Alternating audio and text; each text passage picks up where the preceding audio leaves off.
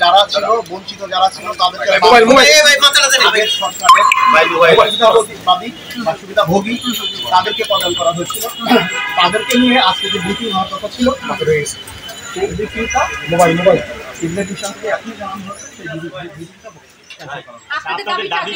আমাদের দাবি এই প্রজ্ঞাপন যে হয়েছে সেটা বাতিল করে দিয়ে এখানে সত্যিকারের যারা মেধাবী যোগ্য এবং সততা মেধা এবং দক্ষতার যোগ্যতার ভিত্তি নতুন করে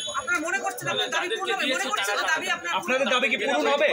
আপত্তি আছে, এগুলো নিয়ে আপত্তি আছে, সেই আপত্তিগুলো আমরা আমাদের পক্ষ থেকে আমাদের যারা অফিসার আছে তারা সবাইকে জানাবো যে এই অফিসার যারা প্রদান করা হচ্ছে তাদের অনেক সেগুলো খতিয়ে দেখে যারা মেধাবী যোগ্য এবং সৎ যারা অফিসার আছে তাদেরকে অনেক বলতে কয়জন আসলে টোটাল অফিসারকে যে লাঞ্ছিত করা হয়েছে আপনারা কি মনে করেন এটা প্রশাসনের জন্য ভালো বার্তা দেয়?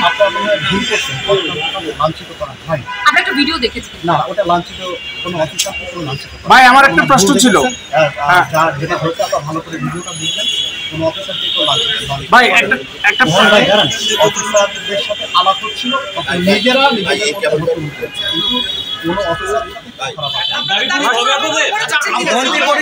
আমরা আশাবাদী এবং আপনারা জানেন আমাদের উদ্বোধন কর্তৃপক্ষ যারা আছে তারা সবাই কথা বলছেন, তারা বলছেন যে আপনাদের যুক্তি দিয়ে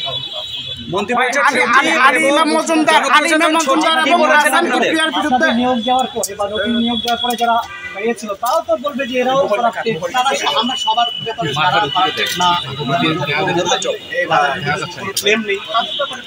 আপনারা কি পুরোটাই বাতিল চাচ্ছেন? বাতিল হলে তো সবটা বাতিল করে পুরো ঢেলে সাজানো। আমরা 34 জন 59 জন অভিযোগ করেননি বিরুদ্ধে সেটা পার্টিকুলারলি একটা অন একটা করা হচ্ছে, অ্যানালিসিস করা হচ্ছে এবং এই অভিযোগ কিন্তু সবার বিরুদ্ধে নয়। আমি আবারও বলছি আজকে আপনাদের সাথে যারা যোগ দিয়েছেন সেখানে কি প্রজ্ঞাপনে যাদের নাম এসেছে আছে তারাও আছে, তারাও কি আছে? এখানে এই মুহূর্তে আছে চিটাগাংয়ের ডিসি যাকে প্রদান করা হয়েছে, চিটাগাংয়ের জেলা প্রশাসনের প্রদান করা হয়েছে ফরিদা খানম, উনিও আছেন। ওনাদের অনেকেই চাচ্ছেন না যে এইভাবে এরকম একটা অনাকাঙ্ক্ষিত যে পদক্ষেপ হয়েছে এই বিষয়টা ওনারা অনেকেই চাচ্ছেন।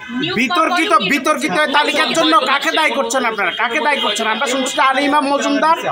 এখন এটা সমাধানটা কি? আপনারা যদি আন্দোলন করেন পরে আরেকবার চাপা আন্দোলন করবে? আমরা কোনো আন্দোলন করছি না, এটা মনে হয় আপনারা দেখেছেন যেখানে কিন্তু সবাই শান্তিপূর্ণভাবে সাথে সাথে আলাপ করছে যে বিষয়টা আপনারা একটা যৌক্তিক সমাধান করবেন যাতে করে মানে একটা অথেন্টিক একটা ইয়ে হয় যেসব সত্যিকার যোগ্য মেধাবী সৎ এবং এদের মধ্যে যারা সৎ মেধাবী যোগ্য আছে তারাও যাতে থাকে সেই বিষয়ে পদায়নের পরে এসে মানে বাতিলের জন্য এরকম জড়ো হয়েছে আগে কখনো দেখিনি আমরা গত 16 বছরে। সরকার পরিবর্তনের পরে কি আপনারা এই ভাবে ই করছেন, কাজ করছেন? আপনাদের দেখছেন যে সরকার পরিবর্তনের সাথে সাথে অনেক কিছুই পরিবর্তন হচ্ছে। আমরা এই যে নতুন বাংলাদেশ গড়ার প্রাক্কালে প্রত্যেকটি সেগমেন্টের প্রত্যেকটি জায়গাতেই সেই সৎ মেধাবী যোগ্য অফিসাররা যাতে পদায়িত হয় সেটাই তো সবাই কামনা।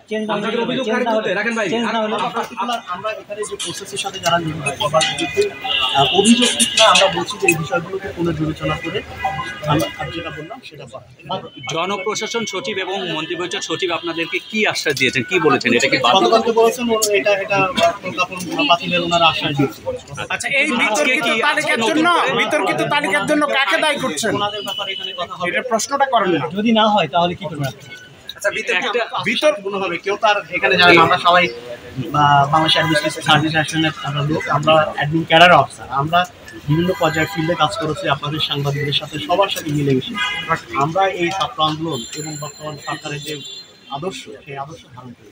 আচ্ছা ভাই, দায়ী করছেন আপনারা যে কেউ এটা করেছে? আমরা শুনছি আহসান কিবরিয়া এবং আলী ইমাম মজুমদার।